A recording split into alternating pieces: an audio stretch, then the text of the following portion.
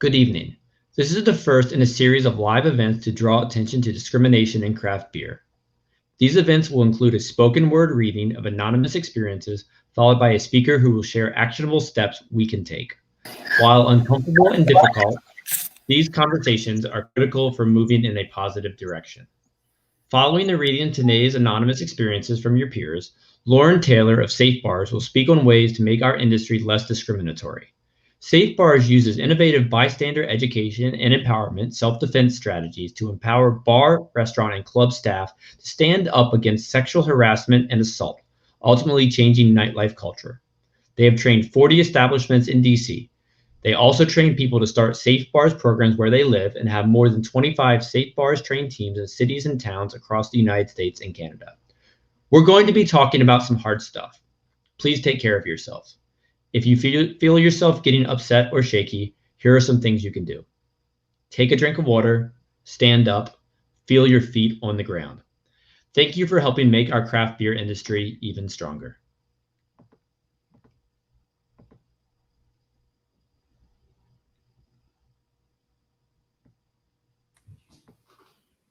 I was a lead bartender at a small brewery for 4+ years. I went to the owner and asked him for the title of taproom manager. Told him I didn't need any extra pay or anything. I just wanted the title to set myself apart from my peers and be able to help make things run more smoothly and create a better customer experience. The head brewer, who I was good friends with, came and told me the next day that the owner, a man in his 50s, was complaining that I had the audacity to even ask. He said, no way a woman would be able to take on that responsibility and be willing to put in that many hours and all the hard work required.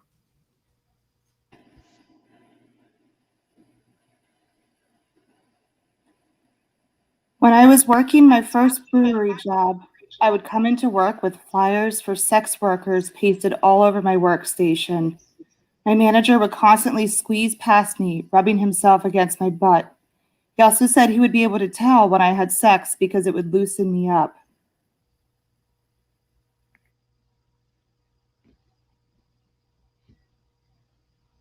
A brewery when interviewing, well, you are great and I would hire you, but the owner is old school and does not like women.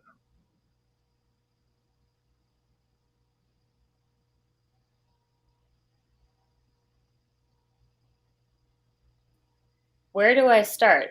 There are so many instances, sometimes it's hard to remember all of them. I can't tell you how many times I was grabbed, groped, approached for a kiss, or had my ass slapped by male coworkers and customers throughout my early career in the service industry. One of the first encounters with harassment on the sales side was when I first got started in supplier sales, and I had to do what's called a work with or ride-along day with one of my distributor's sales reps. Not only did he encourage me to flirt with all the male buyers that day so that we could sell more beer to them, but he made many comments about the tattoo on my back and asked a million questions about my relationship status with my then boyfriend.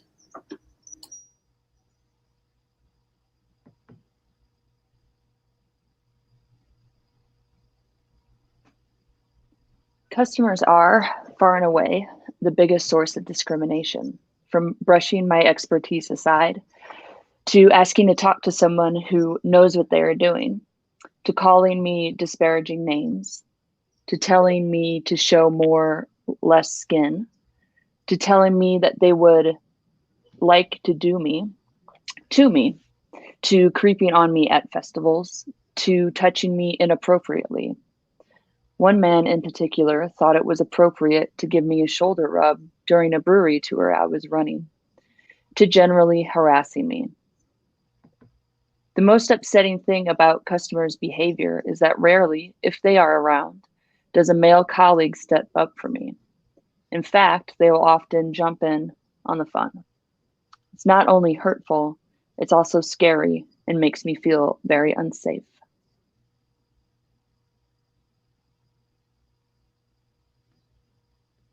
I was serving and asked a patron what they wanted to drink. When they said milk, I replied, "Great. Do you have a preference?" He again responded, "Milk." I stared and said, "So 2% whole?" And he grabbed my breast and said, "Milk from here." I walked out and didn't return.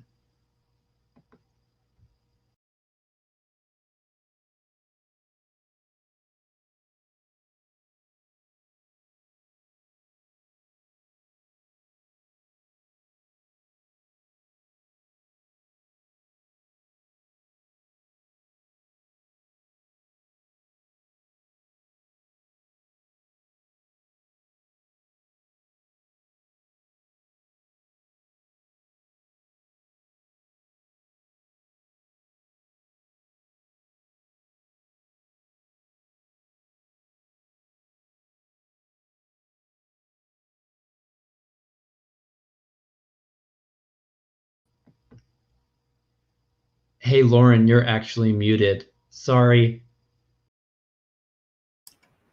I am so sorry, everybody. I was talking but muted. My name is Lauren Taylor. I'm with Safe Bars.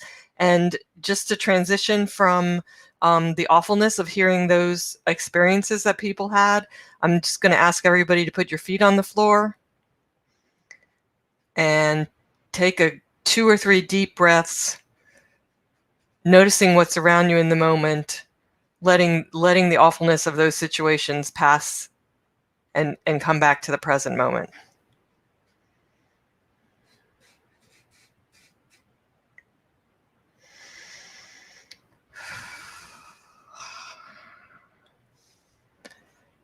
I'm sure that many of you who are participating have had equally awful experiences, whether it's some things that are on the less risky end, like someone calling you, staring at you, or using diminutives like sweetie and dear, or whether it's toward the end of the spectrum, for example, the one at the end, which was really sexual assault, where the customer grabbed the staff person's breasts.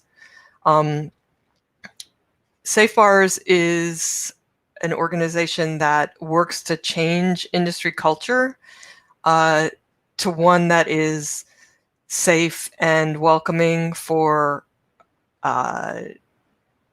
patrons, and safe and respectful for everybody who works in the industry.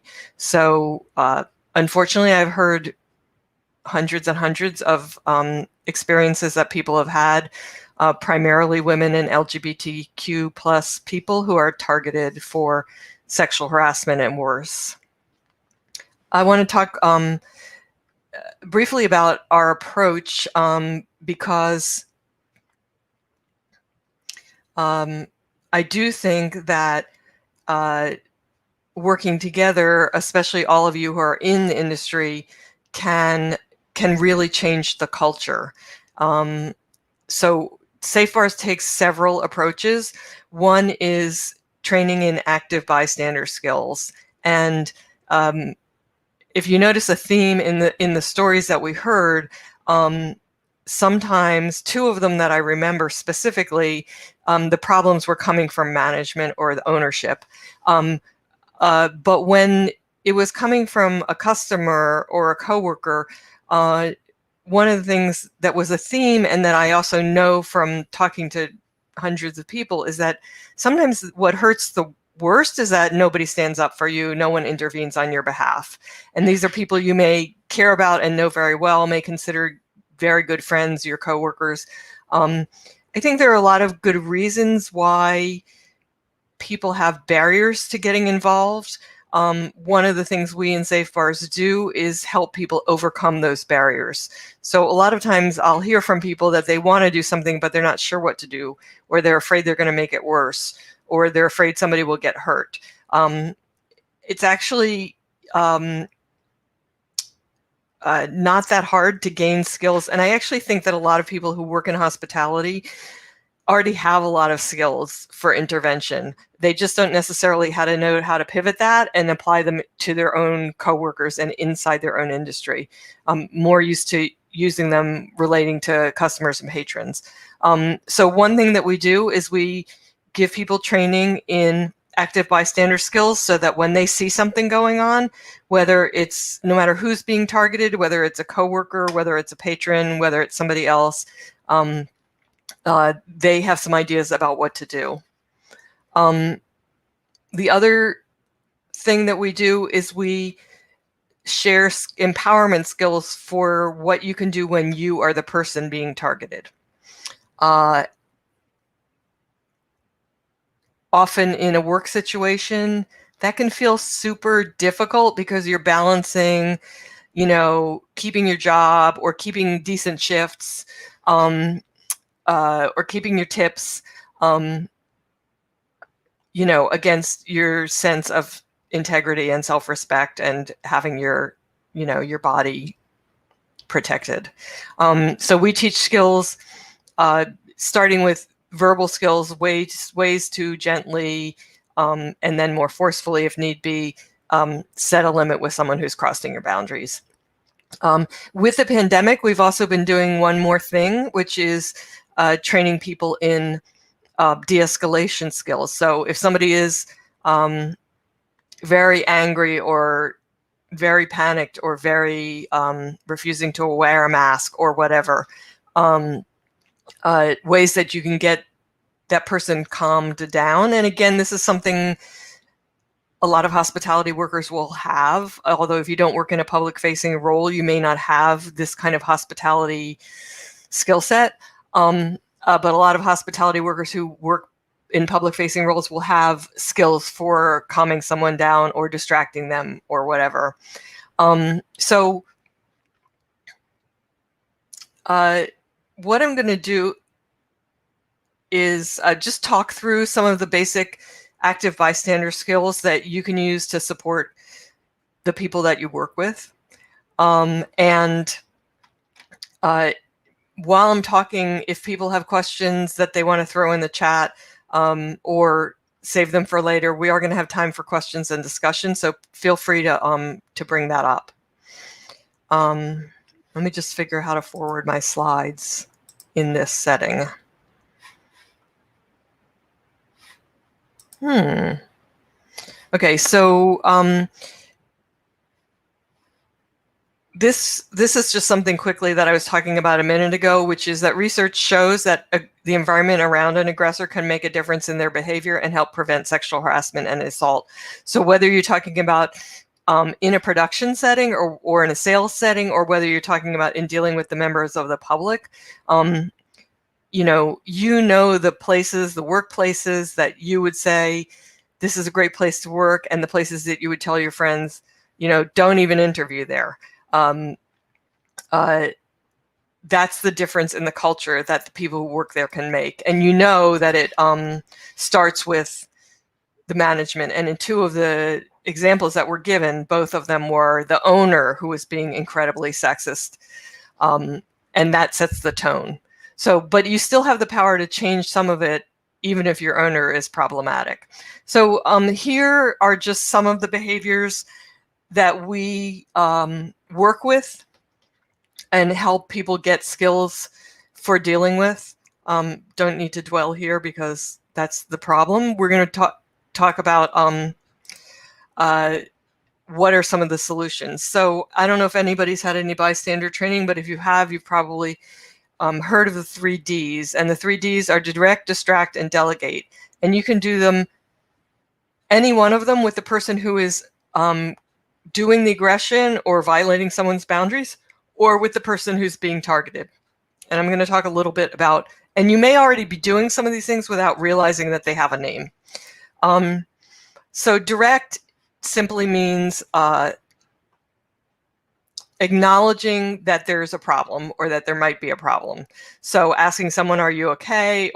And that would be intervening with the target, or the left-hand one where the bird is stealing the littler bird's food, saying to the aggressor, like, we don't tolerate that here. That's not, we don't behave that way here. These are 2 examples of a direct intervention. Here's some other examples of things that you might say to someone who's being targeted. Notice that a common theme of reaching out to the person who's being targeted is letting them make the decisions. So you're not like, look, come over here with me, and I'm going to get you Uber, and you should just go home for the day. When someone's boundaries are being crossed, they're having their power taken away. And so when you want to stand up on their behalf, you need to follow their lead and ask them how they would like it handled, rather than taking it over for them and then that thereby taking away their power even more. So you'll see that in these sample phrases, most of them are questions. You know, how would you like me to support you? If you're intervening with the person who's doing the boundary crossing, here are some sample phrases that you could say. You know, it's not okay to talk to people that way. You need to leave. We don't allow that here. Just some quick examples. Distract is exactly what it sounds like, which is changing the subject, getting the person's attention on something else. So, for example, if someone is bothering a coworker,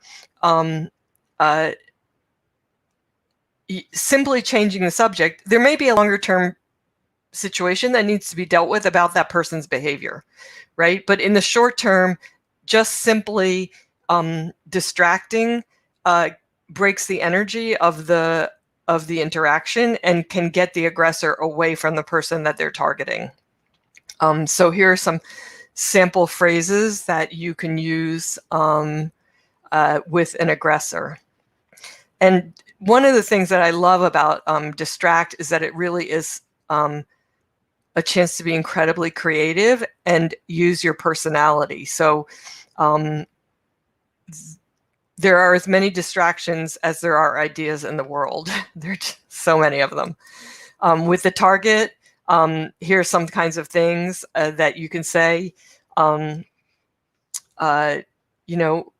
Lying, like, we have a nicer table for you over here, or the bathroom is open now.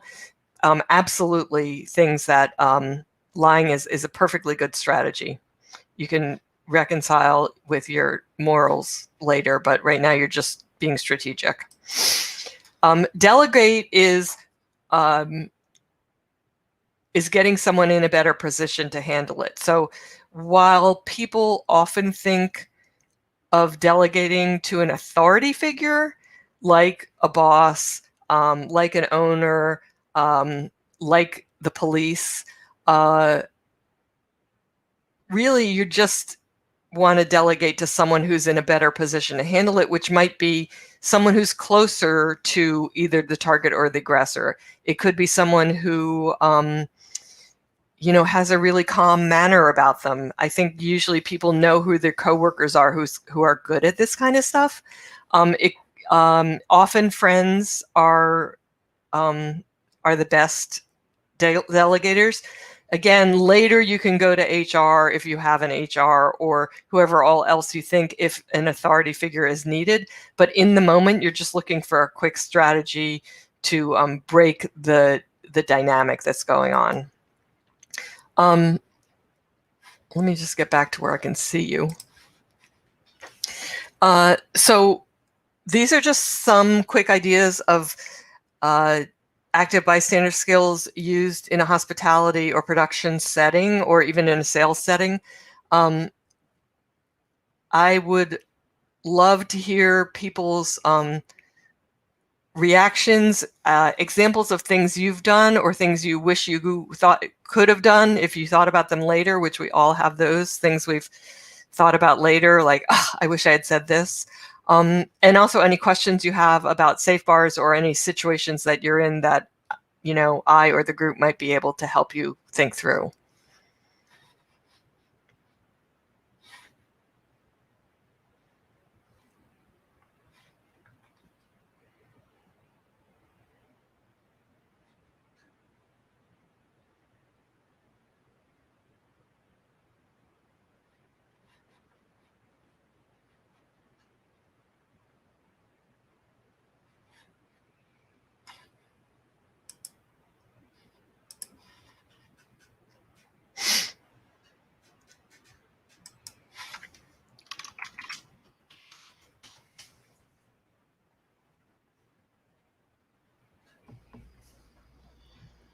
Lauren, I really, really appreciate you taking the time, to share your wisdom and insight today. I know sometimes when we discuss these really hard topics, people don't always have immediate questions. Is that something that you find when having conversations in other situations like this? Absolutely. Especially if you've been targeted at work, which I kind of think that almost every woman and LGBTQ and non-binary person and probably every person of color has experienced. It can be hard to talk about it, especially, I want to say, especially in a setting like this, where you're among people you don't know, but also especially in a setting where you do know people, it can be super hard to talk about it. If we have another minute, I'll put some resources in the chat where people can reach out. Certainly feel free to reach out to me, and I can put my email, but also I have a couple of resources that are really good if you either just need somebody to talk to, or if you want to find out what your options are for dealing with problems in your workplace. So if you have another minute, I will pop those in there. Absolutely fantastic. And we have some more links about safe bars in the video description as well for anyone watching now or watching after the fact. Feel free to click those links to learn more about what Lauren and Safe Bars is doing. Am I supposed to put it in? Where am I supposed to put these links? You can put it in the comments to the right. If not, we can just handle it right after the fact. So no big deal either way. I appreciate you. I don't see a place to put something in the comments. I only see private chat. So how about if I put them there and you share them? That is absolutely fantastic. Okay. And to everybody listening, thank you for being a part of this tough conversation. It's one we need to be having in the craft beer industry right now. And just you by watching, you by talking about it, you're making a difference. And Lauren, I really appreciate you taking the time to hang out with us tonight and talk about this really, important issue we're facing right now. So we'll get all your information in the chat. And once again, everybody, thanks for listening. This will be available if anybody wants to come back to it as a resource to watch, learn again, and don't hesitate to reach out. And I want to leave people with the knowledge of how much of a difference you can make, that it can be hard to change workplace culture, but even just one person, the thing I'm interrupting myself. The thing I just posted is for if you've been harassed at work. So if you can share that with people.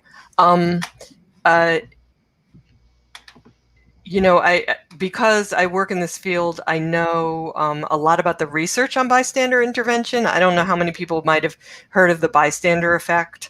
And that is where basically the more people who witness a problem, the less likely someone is to do something about it. So if there's just the person who's being affected and you're more likely to do something than if it's the person being affected and 10 people. And there's a lot of reasons for that. Some of the reasons are, if nobody else is doing something about it, maybe it's not really a problem. One is like, well, other people are here, they'll take care of it. So there's all these reasons for it. But the other thing that research shows is that if one person steps up, everybody follows. And so I just want to leave people with a sense of how powerful you can be by being that one person.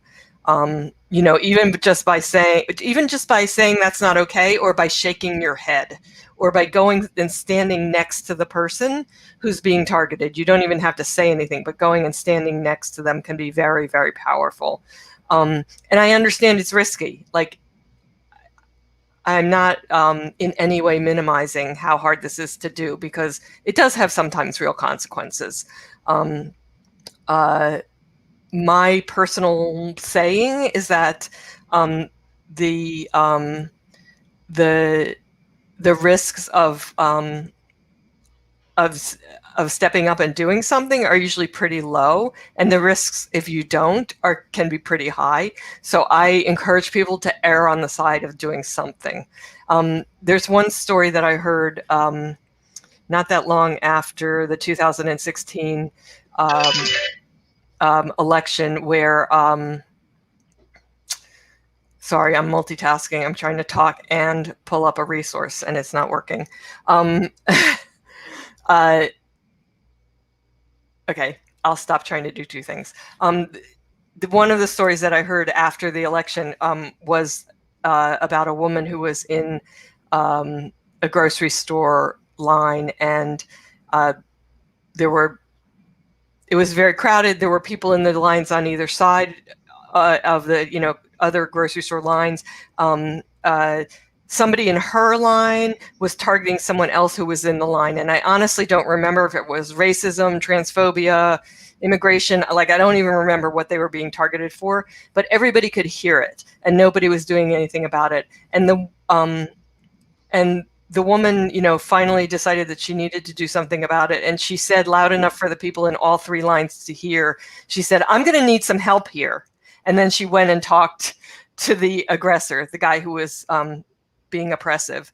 And, as soon as she asked for that help, like, everybody came and helped her. So I really personally believe, I've been working on ending gender-based violence for over 40 years. I personally believe that most people, or not more than most, like almost all people, want to do the right thing. They just need the tools. And you can easily, I'm not saying it's not without risk or cost, but you can be that person. And Lauren, we do actually have a question for you. Okay. One of our members asked, do you have any suggested verbiage for de-escalating an issue with a taproom customer? Wow. Okay. There are lots and lots of different ways to de-escalate. And I wonder if the person who asked that question, or if anybody else wants to just put something in the chat box about ways that you have de-escalated, because I know you all have.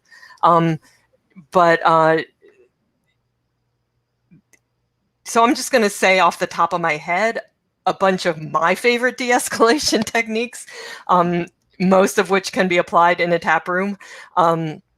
So one, again, is distracting, right? So you can say to somebody like, "Hey, we've got this new brew, and I really trust your judgment. Can I give you a taste and you tell me what you think?" Right? So you're also using flattery there. Another thing you can do, a very honorable de-escalation technique, is leaving. So you can just walk away for a minute, take some breaths. You can turn that customer over to someone else who's, either has more authority or just a better de-escalator than you are.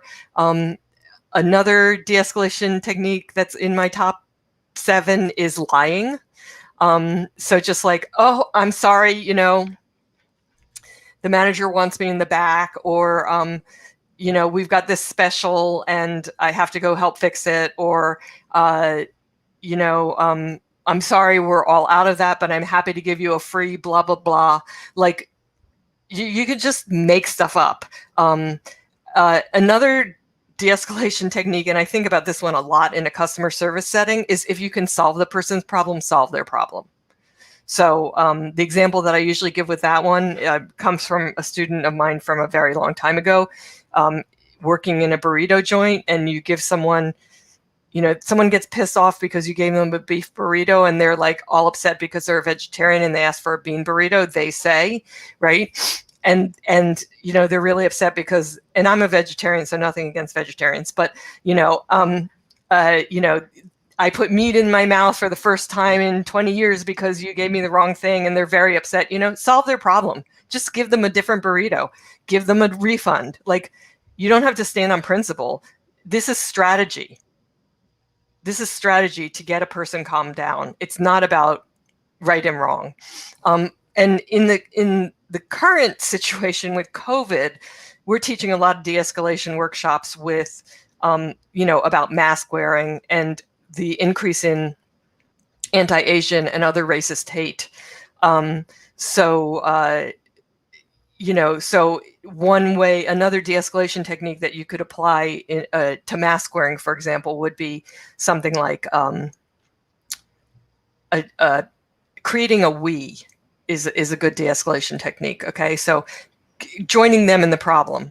Like, if it was up to me, we wouldn't have to wear masks, but like, I could lose my job and this place could get shut down. And so, I either have to ask you to wear a mask or to come back later with a mask. Yeah, I mean, and I totally don't believe any of that, because I think everybody should be wearing their damn mask. But it's de-escalation, right? Again, it's strategy. I don't have to believe it. I'm just trying to get the person calmed down.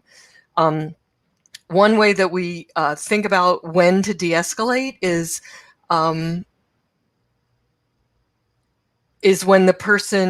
when you would say the person is not in their right mind. Like, they can't hear you because whatever is in their mind is so loud right now. So it's not the point where you can like explain or bargain or anything like that. You just want to like get the temperature down. Another thing about de-escalation, and I know I'm kind of rambling here, I just want to read what this person wrote. I instruct my servers to monitor people as they are serving them and feel free to cut people off at their own discretion, to offer water, yes. And worst case, we have a senior staff person come and hang out with them and chat with them and make sure they're calm. This is beautiful. We have their back in the cutoff, and we have never had an issue. A pre-de-escalation. It's a de-escalation prevention. That's beautiful. Another thing I was going to say about de-escalation, and people who are in the public-facing part of brewing, and the sales probably know about this, is your body language matters a lot. So you want to, even if inside you're like enraged or you are terrified because of how this person's behaving, you want to look like you're totally, totally mellow. And it's important when you're dealing with someone who's escalated, here we go, not to be right in front of them, not to be like this. But instead to be at a diagonal, because when someone's not really in their front part of their brain, but they're more in the emotional amygdala part of their brain or hypothalamus part of their brain, they're a little bit like in survival mode. And so if you're square to them, they can feel boxed in. But if you're diagonal to them, it can feel like, number one, you don't have to take all their angry energy.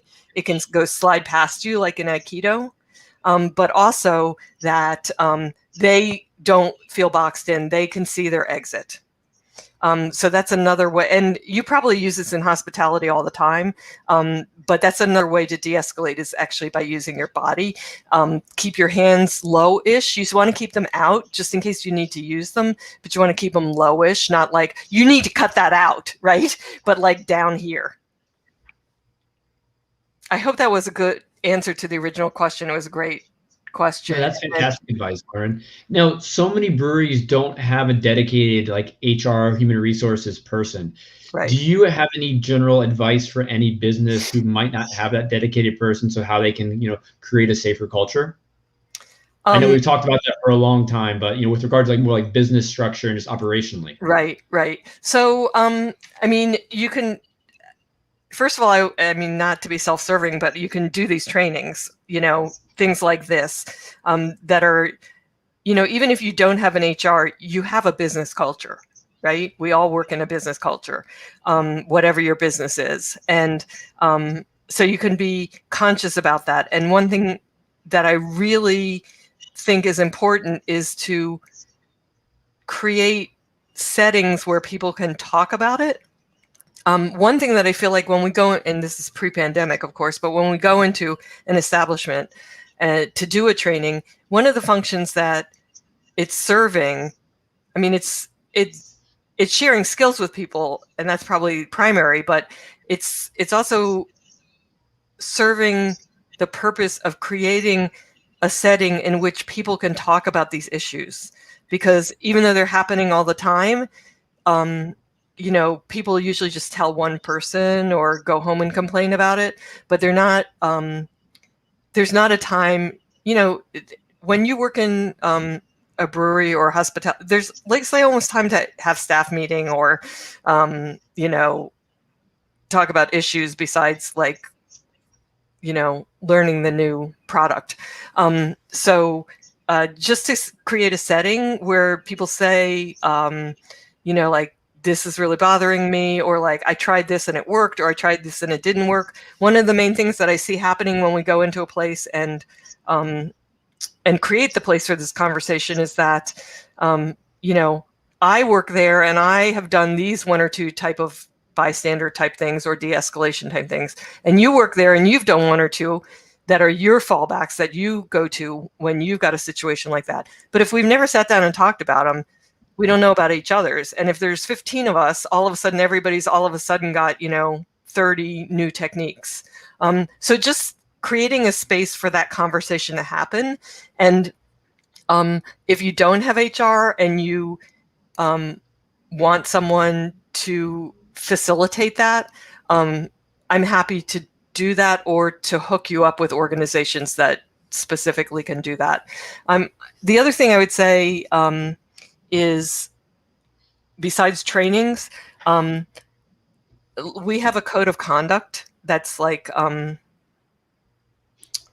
it's kind of, it's written for the hospitality industry, and we offer it for free, and people can adopt it for your establishment and then adapt it to your particular needs. So that's one thing you can do, and having the conversations about, is this something we can all agree with? Do we need to change this for our particular needs? That's another way to be conscious about creating your workplace culture. The other is that I work with a couple of consultants who do a lot of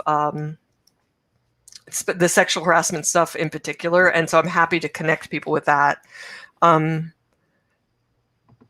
going to read a couple of things that are, for many young people, these are their first jobs and may not have that polish, i.e. the professional experience or years on the job to know better.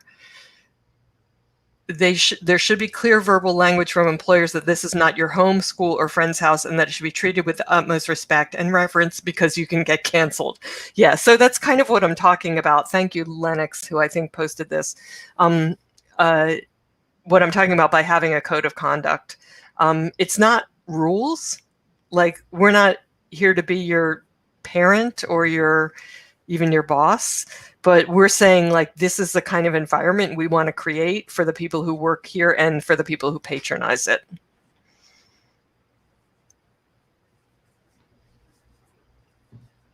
No, fantastic insight tonight, Lauren. You really touched on a whole bunch of concepts that I think are vital. And the remarks about breweries without an HR department and offering your code of conduct. I encourage anyone listening today to reach out to you. safebars.org. I can connect you with Lauren, but this has been extremely valuable. Does anybody have any last questions you'd like to ask Lauren while she's here today? And when I first reached out to her, they reached out back to me within nearly 30 minutes of my first email. So they are passionate about what they do, and I absolutely love it. Yeah, and we have a team of about 15 trainers, and the vast majority of them are hospitality people. The ones who are not hospitality people are the ones like me, who are very steeped in anti-sexual violence work. So you need to do the work that we're doing, you need both of those people. But I think, if you want me to hook up you with someone from our team who's in hospitality, I totally get that. I feel like I just dumped a whole bunch of stuff on everybody really fast, and I hope that people were able to track, because I was just spitting out stuff that I think about all the time, but might be pretty new to some folks. So if I was not clear, again, feel free to reach out to me. It's lauren@safebars.org. So pretty straightforward email, and totally happy to see however we might be able to help you. We have, we've done extensive training with two breweries. They're really big, not big like Anheuser-Busch, but big enough to have HR. That's Bell's Brewery and New Belgium. So I think we're a little bit savvy about about what goes on in breweries. And we've also done work with in DC, where we're based, with some super small distilleries, like, you know, smaller than my apartment small. You know, so, and we're always eager to learn whatever else we need to learn to be able to help you all. And there's been a lot of unfortunate news in craft beer these days about unfortunate events taking place at breweries. So whether your brewery is brand new or you've been around as long as New Belgium, I highly encourage you to listen to what Lauren's saying and reach out if you need assistance. She truly wants to help. Yeah, I'm all about, you know, helping people make their lives better. And, you know, for me, who's been working anti-sexual violence for decades and decades, it really is about, like, what kind of lives could we lead and what kind of world could we live in if we didn't have to be scared? That's the bottom line. So, and things still suck. Like, for example, the story you shared with me about what's going on in a brewery, but they are getting better. And I can say that as a person who's been doing it for decades. They are getting better. You know, when I started this work, there was no term for workplace sexual harassment. Obviously it was happening, but there's no term for it. There was no laws about it, you know, anything. So things are moving. I know that may not be a lot of comfort if you're facing awful things at your job, but we're going in the right direction. Awesome. Well, Lauren, thank you again for being here today. It's safebars.org for anyone interested in learning more. And Lauren, once again, thank you for being part of this, and thanks everybody for listening. We'll talk to you soon. Thank you all for inviting us. Thank you. Bye.